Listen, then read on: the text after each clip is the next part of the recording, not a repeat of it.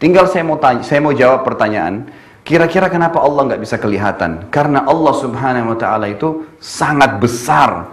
Allah Subhanahu wa Ta'ala sangat besar. Memang manusia nggak mampu melihat Allah. Perlu Anda tahu bahwasanya Allah Subhanahu wa Ta'ala mengutus 124.000 nabi. Ini jumlah yang sangat besar. Di antaranya ada 313 rasul.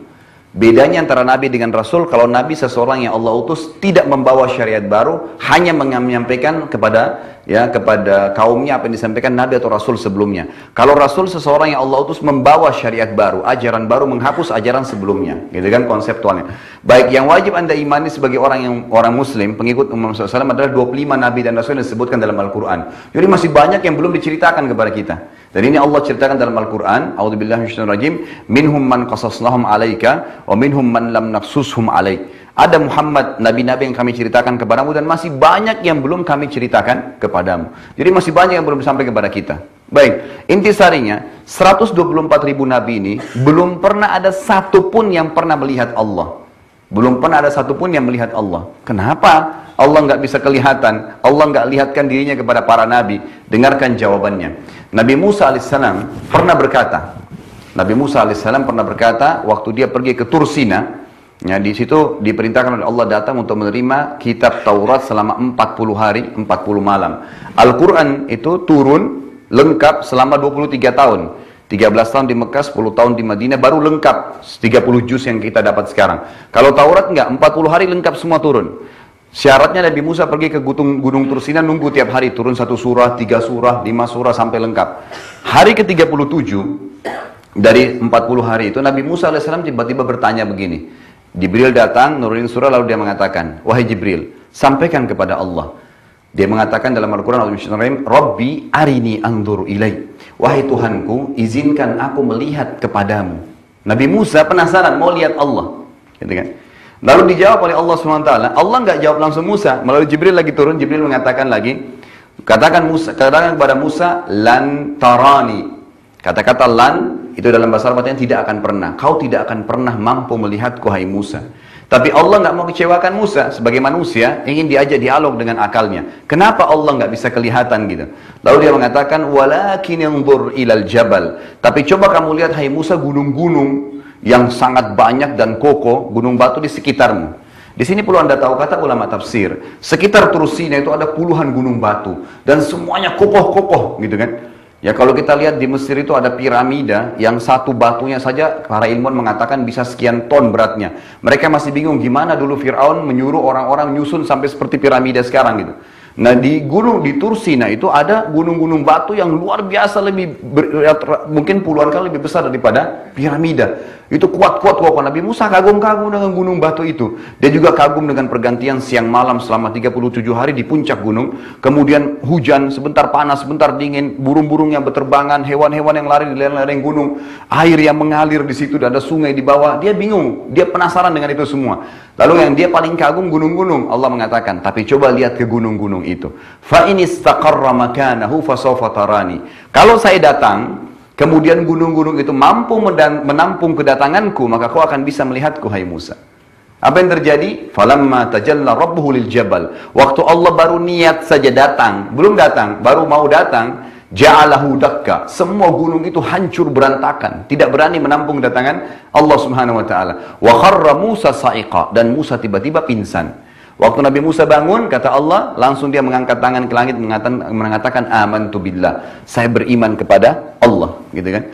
Jadi di sini Nabi Musa alaihissalam pun tidak melihat Allah SWT, tapi dia meyakini keberadaannya. Dia tahu tidak mungkin ini terjadi begitu saja. Tidak mungkin ada malam dan siang tanpa penciptanya. Tidak mungkin ada udara, air, batu dan segalanya tanpa ada penciptanya. Semua ini ada penciptanya. Dalam diri kita saja ada keajaiban penciptaan Allah Subhanahu wa taala.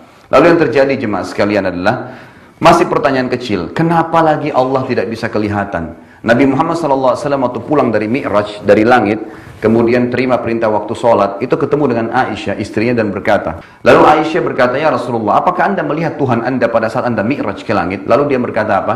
Nurun ala nur an na'arah. Kata Nabi SAW, Allah itu cahaya, di atas cahaya, sangat terang, sampai bagaimana, sampai saya tidak mampu untuk melihatnya. Allah nggak kelihatan oleh Nabi Muhammad SAW. Jadi tidak kelihatan juga Allah SWT oleh Nabi SAW. Tapi mereka mengimani keberadaannya. Karena memang tidak ada Tuhan selain Allah. Kita tarik lebih jelasnya lagi. Ada dua raja besar di muka bumi ini yang mengaku sebagai Tuhan dan mereka menguasai setengah dunia. Ada Namrud di zaman Nabi Ibrahim dan ada Fir'aun di zaman Nabi Musa. Yang Allah ceritakan dalam Al-Quran.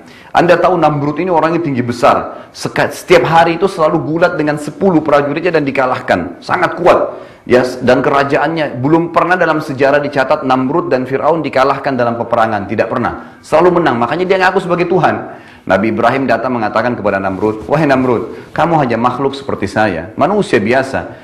Saya dan kamu punya Tuhan namanya Allah. Allah menghidupkan dan mematikan. Kata Namrud, hai Ibrahim, saya juga hidupkan dan mematikan. Mau bukti? Tangkap 2 orang masyarakatnya, satu dibunuh, satu dibiarin jalan. Kata Namrud apa? Lihat, saya hidupkan, saya matikan.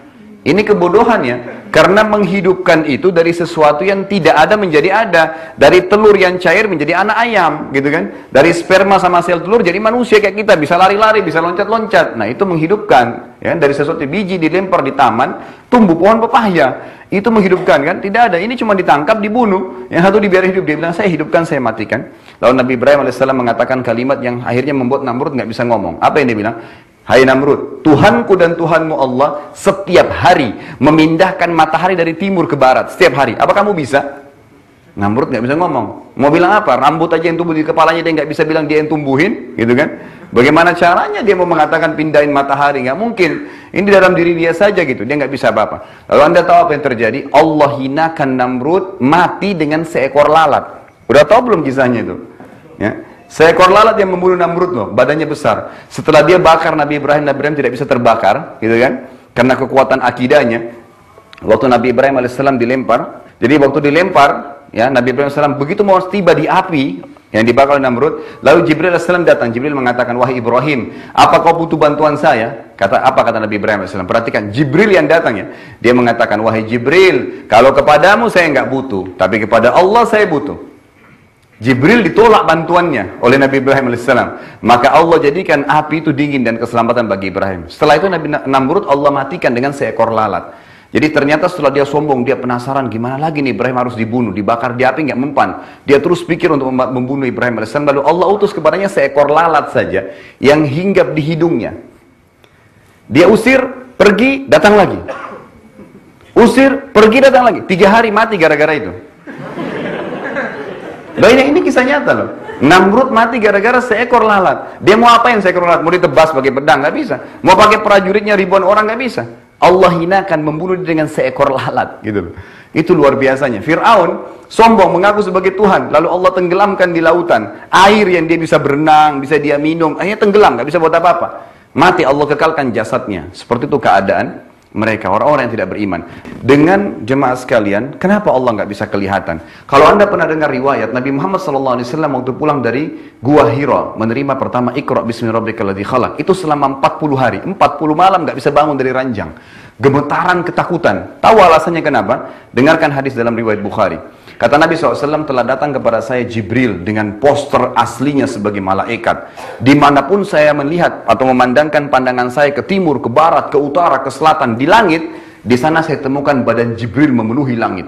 Dan Jibril dikaruniai oleh Allah 600 ekor sayap, yang kalau satu sayapnya dikebaskan bumi ini, maka akan hancur bumi ini. Itu Jibril alaihissalam. Nabi Muhammad SAW gemetar 40 hari berbulan karena melihat itu. Ketakutan luar biasa gitu. Itu baru Jibril alaihissalam. Ya, jadi manusia memang kata para ulama, kalau Allah perlihatkan malaikat mungkin bisa mati.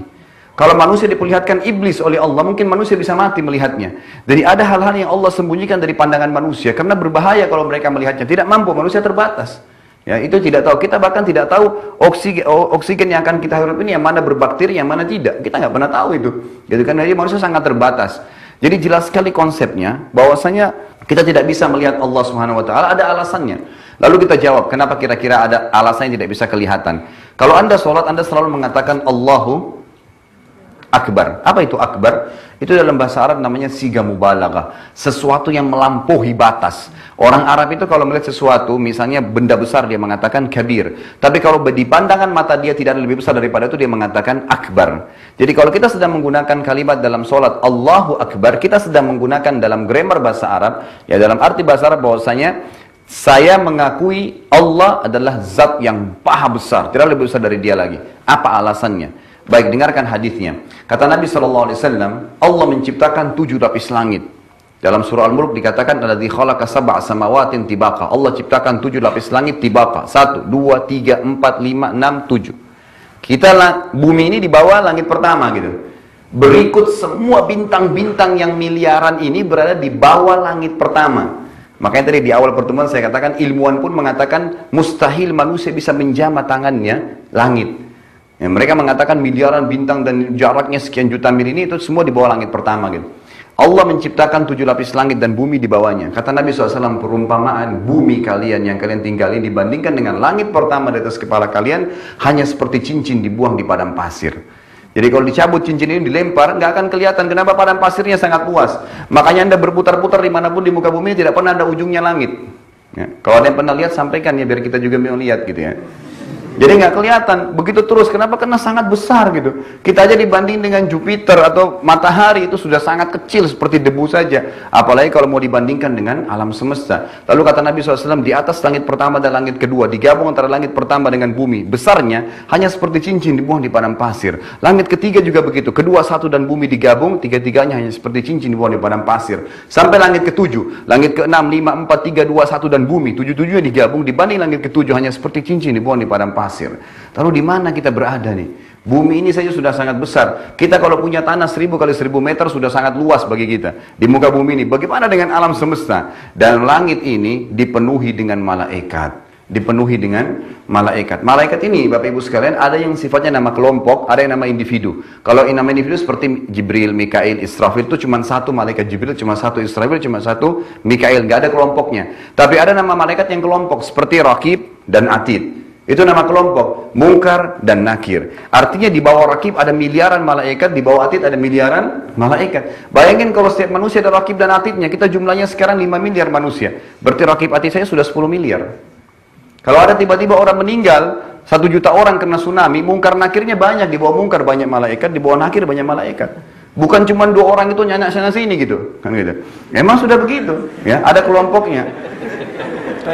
Iya, jadi sekarang ya di langit ini penuh dengan malaikat. Kata Nabi Muhammad SAW, waktu saya sedang mi'raj ke langit, ya terjadi Isra Mi'raj, waktu saya sedang mi'raj ke langit, saya tidak menemukan 1 jengkal pun tempat di langit atau 4 jari di langit itu kecuali saya temukan malaikat yang sedang sujud atau ruku.